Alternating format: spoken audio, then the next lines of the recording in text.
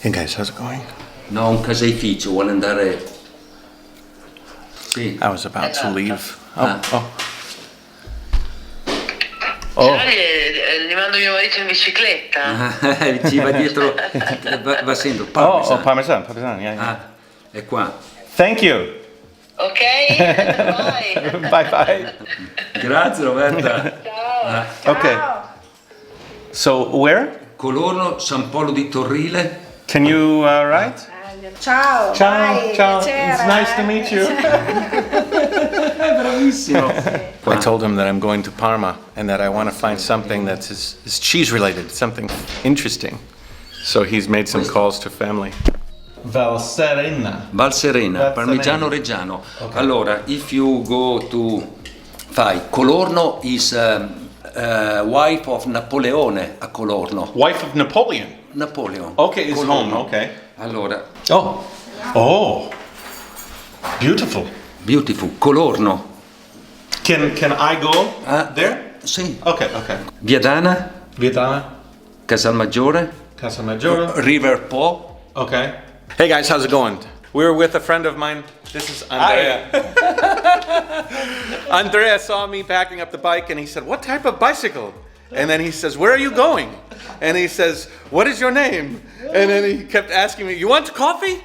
He says, "You want coffee?" So we are in his house and he is a paintbrush salesman, and he sells paintbrushes, really nice paintbrushes, very soft, synthetic. This one is synthetic. So we're talking about life, and I told him that I'm going to Parma and that I want to see some things around Parmesan. And so he's pointing out some directions for me. So we're getting off to a late start, but it is okay. It is okay. He's giving me a pre-party for the Parmesan. He says, "You want some good Parmesan? I got some good Parmesan here." Questa qua è una vecchia ricetta. What's up, Maya? What's up? Ricetta Old recipe.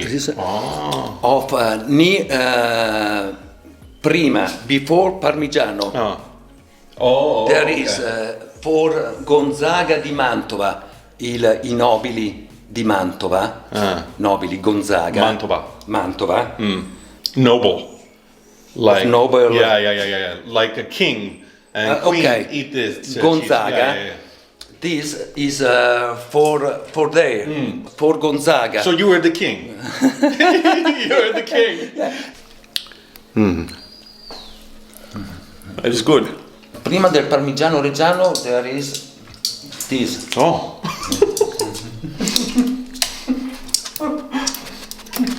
You look like a mouse.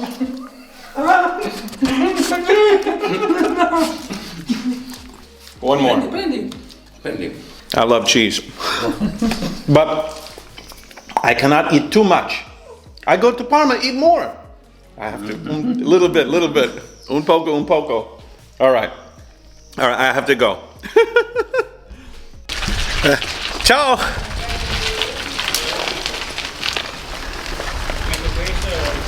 That was a fantastic morning, actually. A very, very random encounter with a very, very nice man and what turned out to be his family. Met his daughter and his wife. His daughter helped to translate a little while till she had to go. He gave me some ideas on places to visit on the way to Parma. Parma is not far away, so we're going to make it a little bit longer. We're at a bit of a late start. It's 10 o'clock.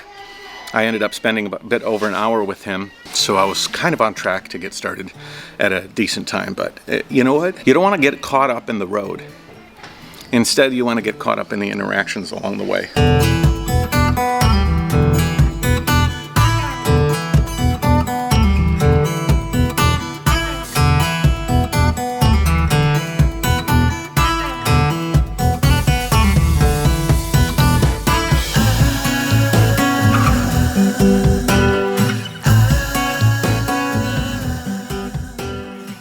All right, we're on that raised road. If you guys watched yesterday's episode, there's like a raised berm that separates the river from the towns and villages.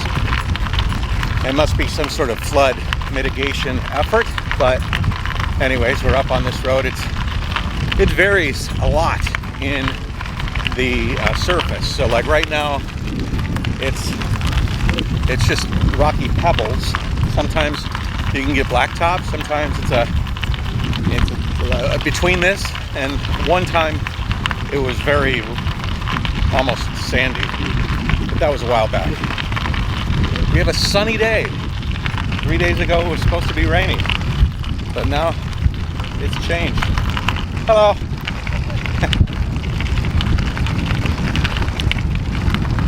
So my interaction with that man Andrea and his family was energizing.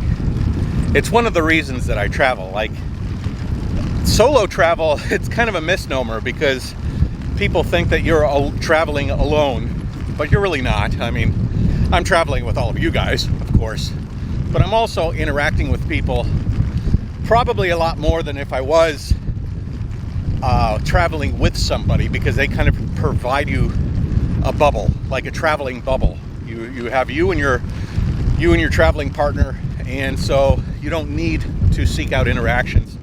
Whereas if you don't have somebody with you, you are a little bit more open to interactions. And so maybe I wouldn't have met Andrea, but it also makes me think about all of the Andreas of the world, all of the different people, the Mr. Kendos and the ramen noodle guys, and all of these different people that are out there in the world. Like that village right there that you're looking at right now, there could be an Andrea out there, somebody that would have welcomed me in, shared a brief interaction of their life with me, and I would have been better for it. And they're in my rearview mirror right now. I mean, I always think about like all the different places that I've been. Maybe I was 1 block away from a run-in with a stranger turned friend that would have changed my life. Or maybe less than 1 block. Maybe it was literally I walked past him. Maybe I brushed shoulders with a person that would have bettered me in my perspective on the world, you know? It's really crazy when you think about it that way. I was in New Zealand, and I have videos of this. I've never edited them and published them. Someday. But I remember going into a coffee shop and having a conversation with a girl who was working at the coffee shop at the time. And for some reason, I had my camera out. I was talking to the camera. I had a big camera back then. This was over a decade ago. And I remember talking to her, and her perspective on the world was sort of frightening. You know, the world is a little scary. And then I started telling her I lived in China and I did these sorts of things, and I've been traveling around. I'd just been to India and Malaysia, and I was making these videos before really my YouTube thing. And I remember when I left, I had flipped a switch in her mind that I don't think had the potential to be unflipped. It was a moment of clarity that she had about the world, based in part, I don't want to take all the credit, but probably based in part to my own story with her and my own conversation. I gave her a lot of time to talk with her about my perspective on the world and hers, and I gave her encouragement, nothing but positive vibes. And she was young. I think she was a teenager, late teens, or old enough to accept the ideas that I was giving her about how wonderful the world is, and how there's all sorts of amazing people that can share with you their life, and don't be too scared, but also don't be naive. And the world can be a little bit daunting, but overall it's a good place with good people in it. And I remember leaving that place. She was obviously fulfilled in a way because she had had this interaction, but I was also fulfilled in a way, but the different way that I was able to share with her something that helped her. I don't know where she is. I don't know what she's doing. I never had any interaction with her beyond that. And she was in my rearview mirror, but I had left a piece of me with her, you know, a piece of my ideas. I talk a lot about soup, like we're all different soups, and as we are born as a base, we add spices. The spices are the interactions we have, so I added a little helpful spice to her burgeoning soup. Anyways, I mean, who out there, probably many people, would have helped my journey. Very cool.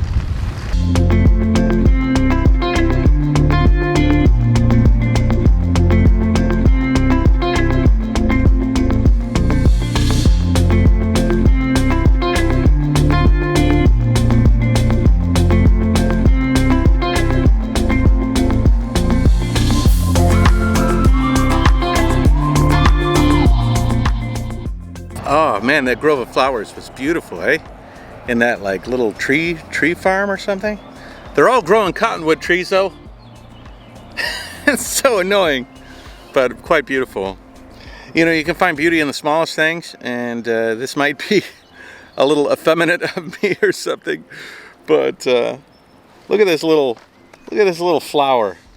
Just a prickly flower growing on the side of the bike path that has survived the recent mowing.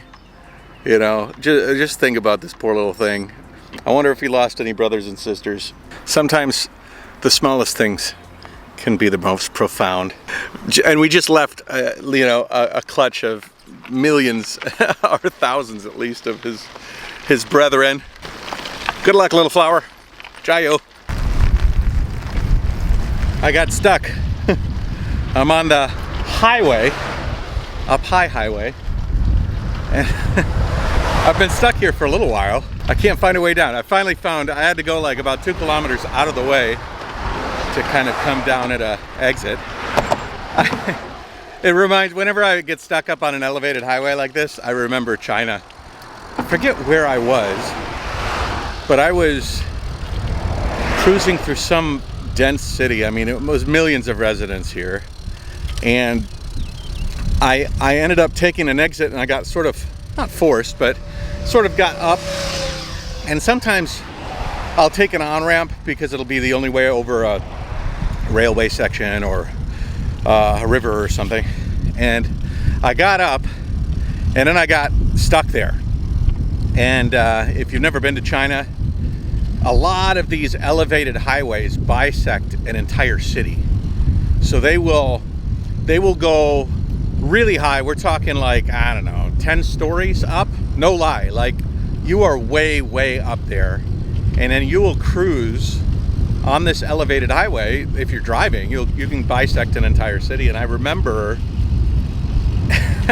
getting up there, and I was really high, and all of a sudden all the exits weren't working or something because they were the whole highway was under construction. And it turned out to be like the most enormous elevated bike path in history, because it was like you know, 5 lanes wide and elevated concrete structure so high, and it was empty basically. It was just me riding this thing, and I remember thinking to myself, ooh, how lucky am I? But it was nerve-wracking because I was like, if this thing does turn into a highway back again, I will be in big trouble.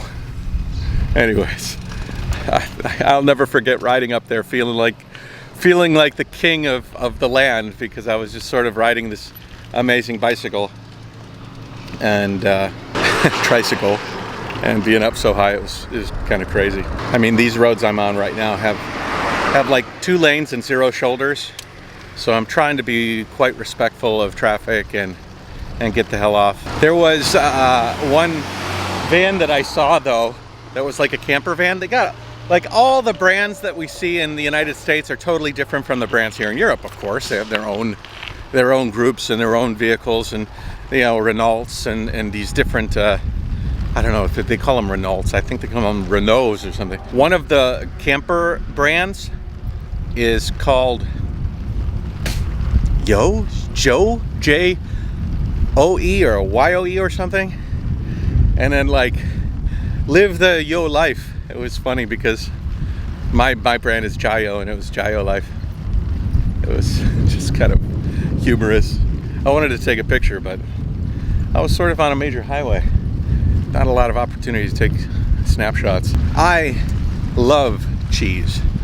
I was cycling around Asia when I started thinking I'd really like to lose some weight, and so I researched different things, and one of the things I felt that I learned was if you can get rid of processed sugars, and if you can get rid of most like white bread style carbohydrates, you know, sort of a keto, but like also just like healthy lifestyle without a lot of processed foods. And part of that was getting rid of stuff like potato chips, you know, getting rid of the idea of eating potato chips and just that nasty stuff. I'm gonna pull off to the side here. So I think that might be the bike path. Yeah, mountain bike path.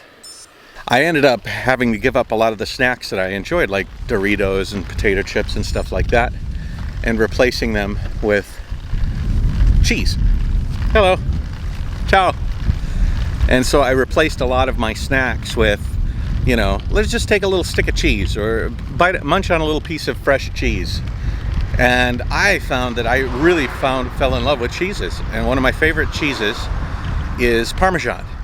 Not that shredded Parmesan shit that you get, and not that that's not good. I like shredded Parmesan, but not that like shredded Parmesan in a bottle sort of thing that you sprinkle on your sprinkle on your salads. I'm talking like a wedge of Parmesan cheese. I love it. It's just that gritty, tangy, scrumptious flavor. I like a lot of cheeses, but Parmesan is one of my favorites. So being here in and around Parma, I can find some cheese, maybe pick up I already picked up a little Swiss cheese in Switzerland, so we got to pick up some Parmesan in Italy.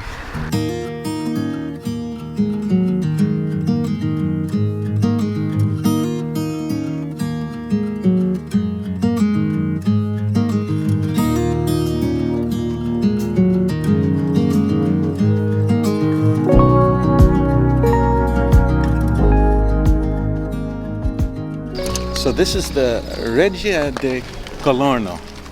This building was originally built in the 1300s, and it has a pretty rich history. I sort of went on a little bit of a history binge trying to learn about it. I'm in the courtyard right now. Now this place was built originally in the 1300s, and it's gone through a lot of different owners. I tried to read all the names off.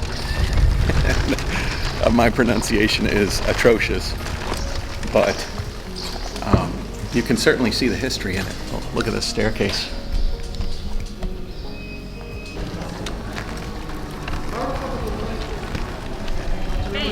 Non puoi dirci di no. Esatto, ho trovato il modo di impegnare i prossimi 10 minuti. Una foto. What, you want a photo? Foto, sì, bravo. English. Yeah. We take a picture for you, and we send it via email. Okay. Okay. You want me to go over there, or? We want to take a picture of you. Sure. Okay. Okay. Where you want me to go somewhere? Better?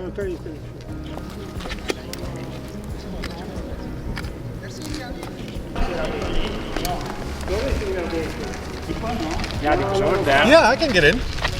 Sì? No problem. Anche di qua. Yeah, yeah. Sì, dopo lo completiamo.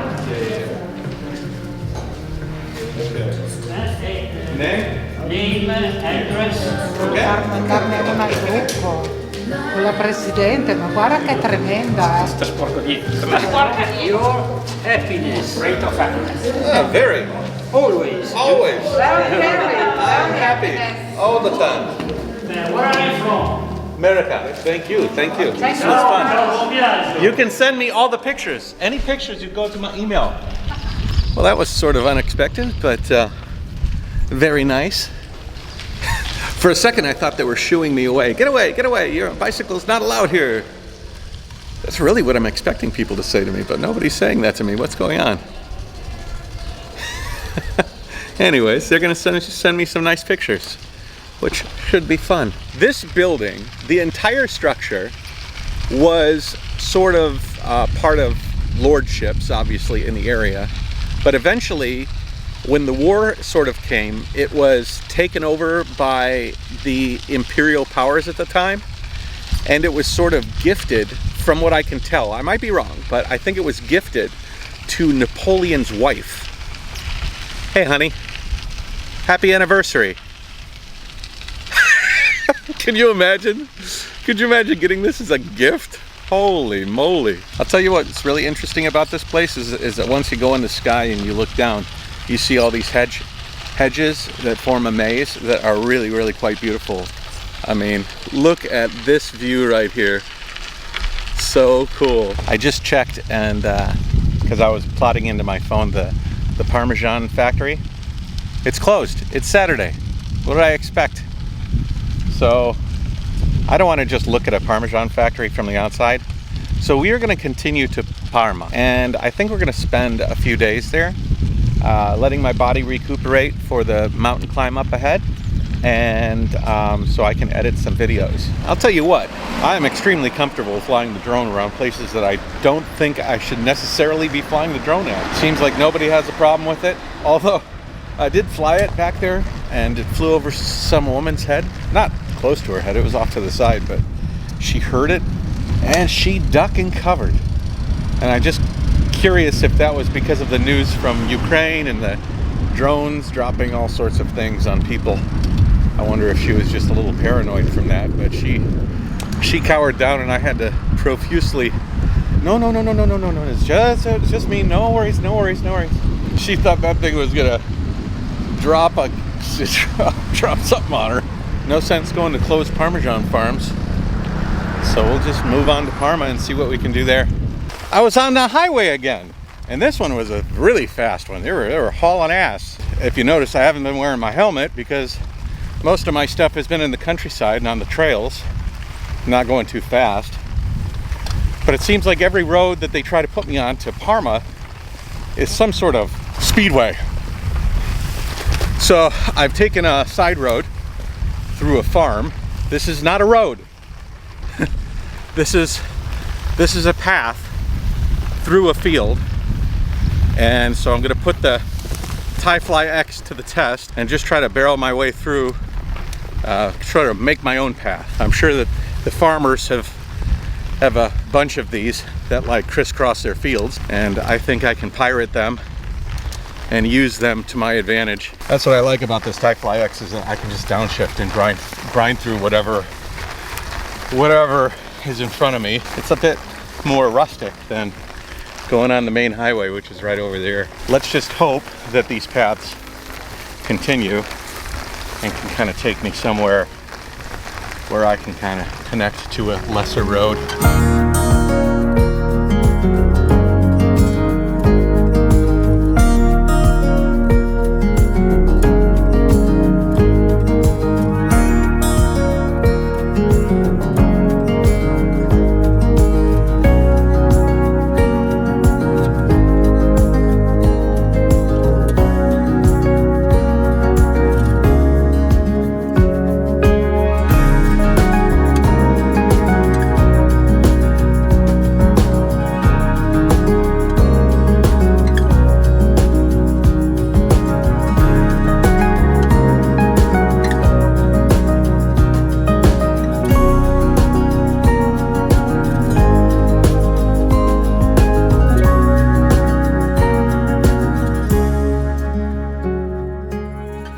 Ladies and germs, we are in Parma.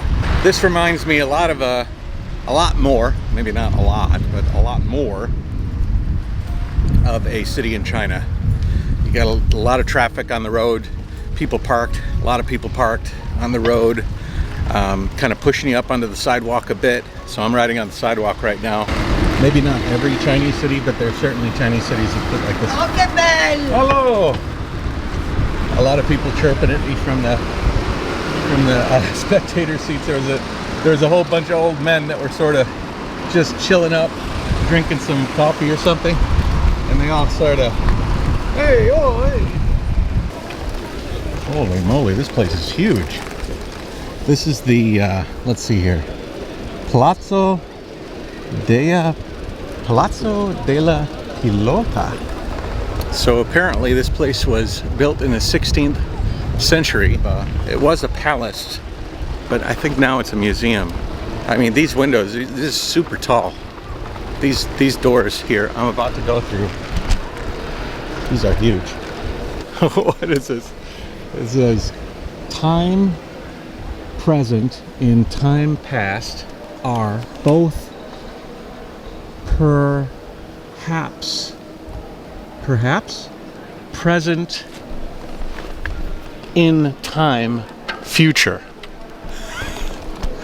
Time present and time past are both present in time future. Ooh. Oh, you let that sink in for a little bit and it starts to marinate. And then you really start thinking about what that means. Time present and time past are all both present in time future.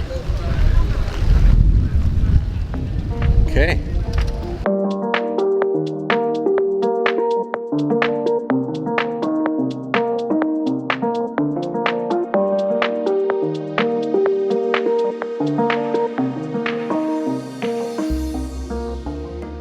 All right, guys. Well, now we're off the wheels and we're walking. Oof. Someone destroyed a pigeon. Like destroyed it, like it exploded. So I'm told that the restaurants here open at about 7, so 7 until late. And I'm really looking to edit some videos today. I'd sort of like to satisfy my appetite for some cuisine. Maybe I'll go out later to eat, but maybe right now we'll just go and find some place to buy some cheese. It is the weekend, which is another reason why things are a bit closed. The hotel we're staying at is like right in the center of town. Like right in the center of town. So yeah, we're gonna get some cheese first. A little bit of cheese at the fromage shop, and then after we get some cheese, we'll go do some editing, eat a little, and then after that we'll go back, do some editing, and come out a little later. And come out a little later and get some food and some drink, maybe.